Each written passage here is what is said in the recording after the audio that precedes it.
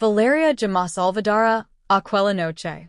La lluvia que con tanta fuerza que parecía que arbor todo a su paso.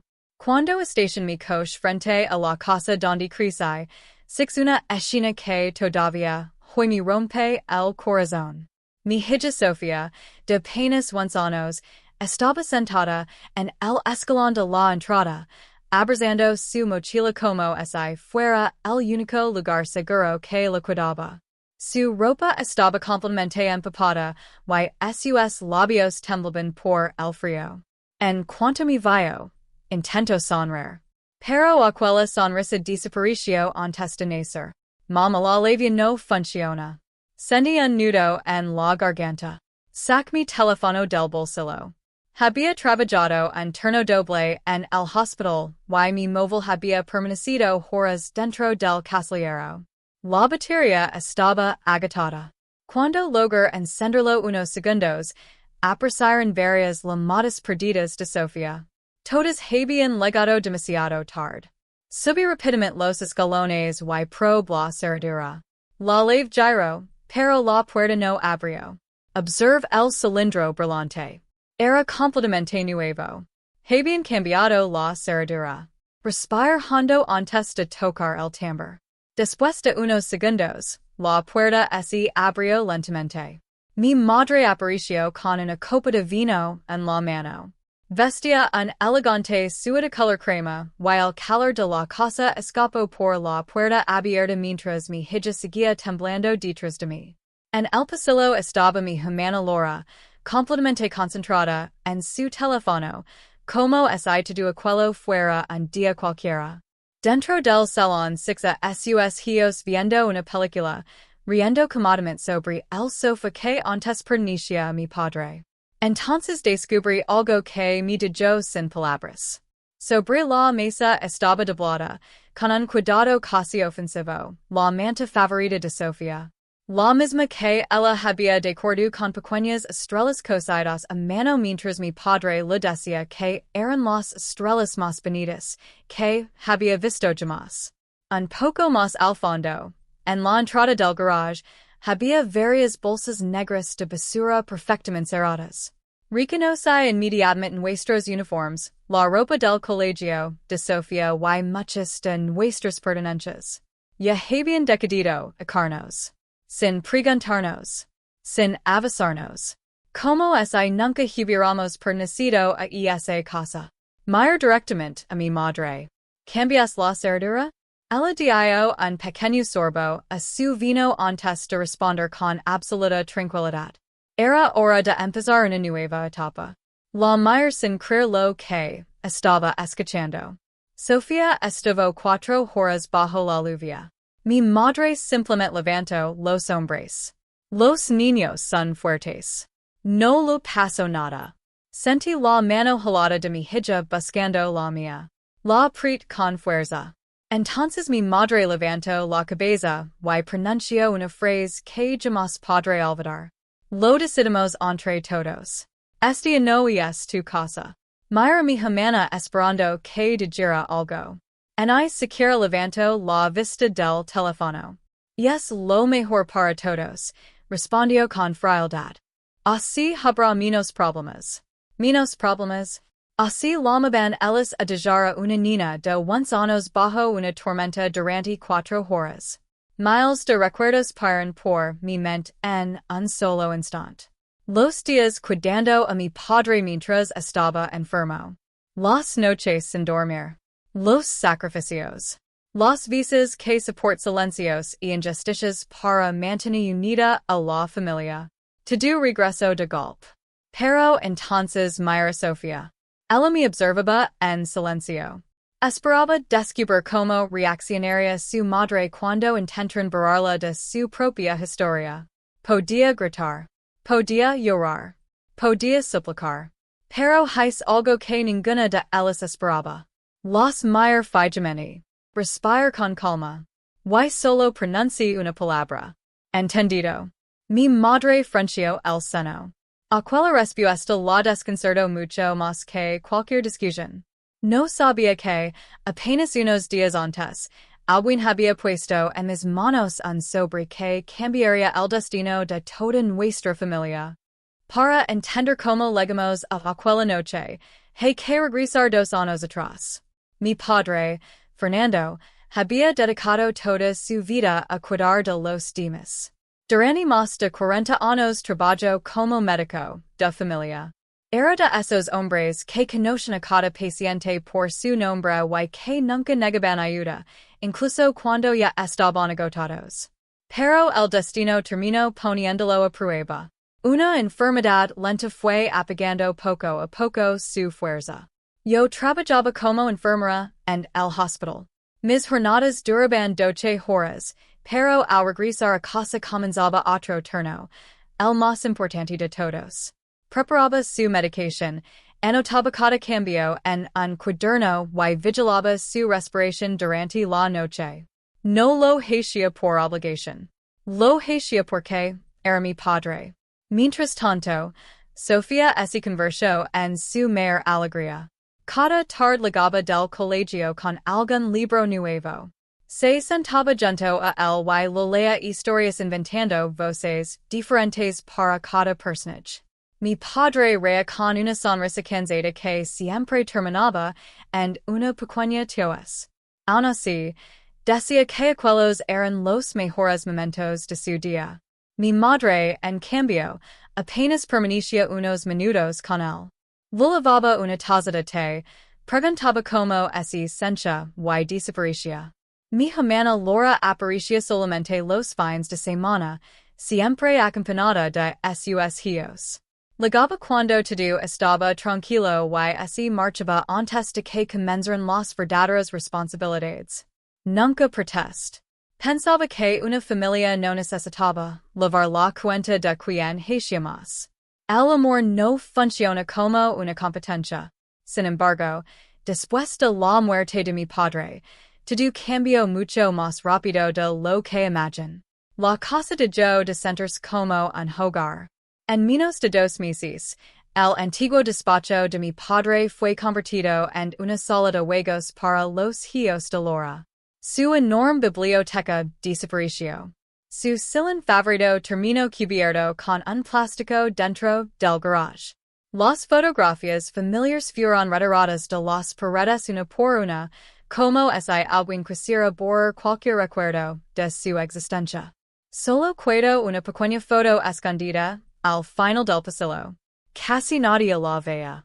Laura recibió una copia de las llaves de la casa. Sus hijos tuvieron cajones con sus nombres escritos cuidadosamente. Mientras tanto, Sofía y yo fuimos trasladadas al cuarto más pequeño, un espacio que años atrás había servido como almacén. Intent convencerme de que todo era consecuencia del duelo. Me repetía una y otra vez que el tiempo arreglaría las cosas. Pero nunca ocurrió. Cada semana aparecía una nueva señal. Si Sofía llegaba unos minutos tarde por alguna actividad escolar, ya no encontraba comida reservada para ella. Cuando todos eligen qué película ver, siempre ganaban los hijos de Laura. Mi hija jamás protestaba. Se sentaba en silencio con un libro entre las manos, como si hubiera aprendido demasiado pronto que pedir un lugar solo traía decepciones. Un día descubrí en el contenedor de reciclaje un trabajo escolar que Sofía había construido durante 2 semanas. Era una maqueta preciosa. La habían tirado simplemente porque ocupaba espacio en la cocina. Ella nunca me lo contó. Fue su profesor quien me preguntó por qué Sofía estaba tan triste durante la presentación en clase. Aquella noche hablé con mi madre. Intenté hacerlo con calma. Sin reproches. Solo quería entender. Pero su respuesta me dejó completamente inmóvil. Proteges demasiado a esa niña. Tiene que aprender que el mundo no gira alrededor de ella. Sentí un enorme vacío. Mi cuida pueda sobre la encimera de la cocina durante varios minutos. Por primera vez me pregunté si guardar silencio era realmente paciencia o simplemente miedo. Aún así, seguí cuidándome. ¿Por qué Sofía amaba aquella casa? Porque todavía olía a los libros de su abuelo. Porque una parte de mí seguía creyendo que la familia podía salvarse. Lo que yo no sabía era que, apenas 6 días antes de aquella noche bajo la lluvia, el abogado de mi padre me había llamado para entregarme unos documentos secretos. Un sobre que llevaba 2 años esperando el momento exacto para abrirse. Y ese momento estaba mucho más cerca de lo que cualquiera podía imaginar. 6 días antes de aquella noche bajo la lluvia, recibí una llamada inesperada. Era el abogado de mi padre, el señor Andrés Salazar. Su voz sonaba seria. Elena, necesito que vengas a mi oficina. Hay unos documentos que tu padre y yo preparados antes de fallecer. Ha llegado el momento de que los veas. Pense que se trataba de algún trámite pendiente. Tal vez impuestos. Quizá papels del seguro. Nunca imagine lo que estaba a punto de descubrir. Aquella misma tarde entré en su despacho.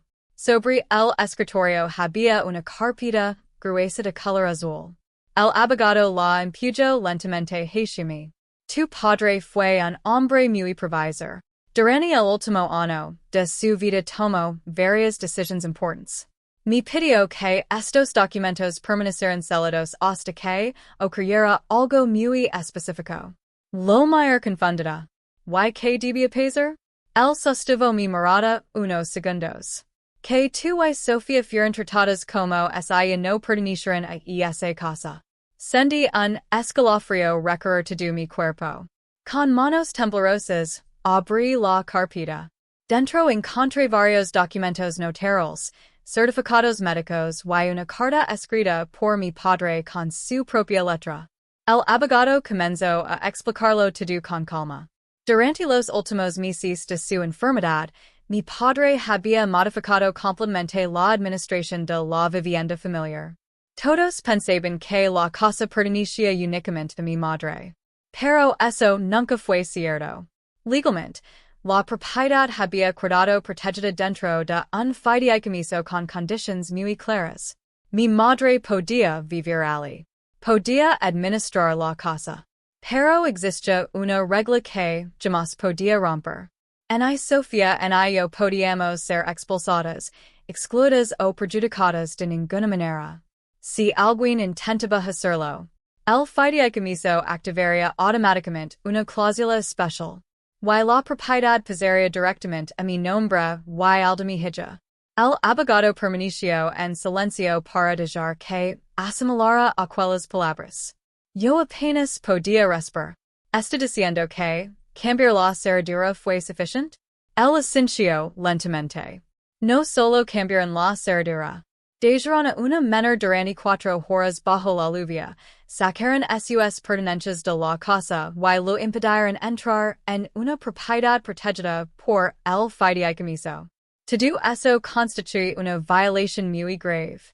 El despacho quedó completamente en silencio. Entonces tomé la carta que mi padre había dejado para mí. Reconocí su letra al instante.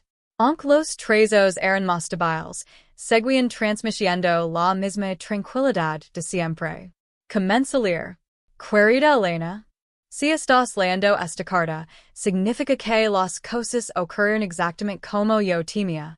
Las lágrimas comenzaron a llenar mis ojos. Durante mi enfermedad observé muchas cosas que quizá tú nunca quisiste aceptar. Siempre intentabas mantener unida a la familia, incluso cuando eras tú quien cargaba con todo el peso. Vi cómo aceptabas las injusticias en silencio para evitar conflictos. También sé el enorme amor con el que Sofía me acompañó hasta el último día de mi vida. Hice una pausa. Cada palabra parecía escrita para aquel preciso momento. Continué leyendo. No preparo estos documentos para castigar a nadie.